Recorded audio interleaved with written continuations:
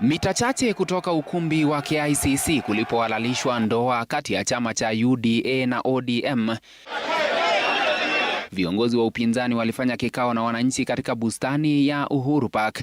Viongozi hao wakiusuta usuhuba huo na kuutaja kama usaliti. If you ever read Imbuga's book Betrayal in the City, this is such a day today. As history is being written today at Uhuru Park and KICC, the issue is to be or not to be.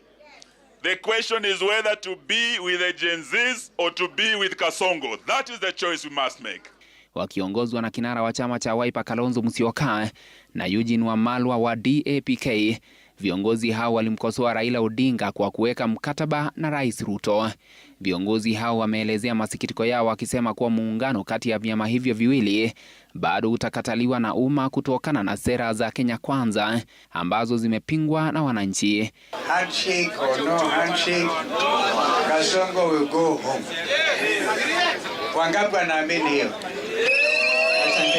Aidha, walisisitiza kuwa Raila atakuwa na wasaliti wa Kenya ikiwa hatashinikiza fidia kwa waathiriwa wa maandamano dhidi ya mswada wa fedha waliouawa au kujeruhiwa. If out of what they are signing at KICC today, they don't come with a formula on how to redress the injustice visited on Kenyans on the 25th of June and before in 2023.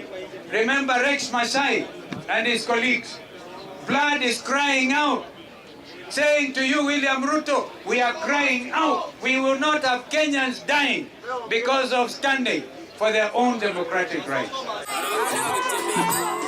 Haya yakiarifiwa, msaidizi wa Rais William Ruto Faruk Kibet amesifia hatua ya Rais Ruto na kinara wa ODM Raila Odinga.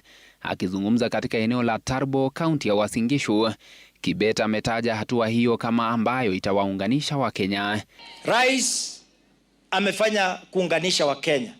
Kuna mtetezi mmoja ukabila katika sehemu hii. Sisi tunamwambia ni vizuri tuunge wao viongozi ili wafanye kazi ya taifa. Kazi haiwezi kufanywa kama mtu unajali jamii yako. Viongozi walioandamana naye pia walisifia hatua hiyo na kumtaja Raila kama mzalendo ambaye hana ubinafsi.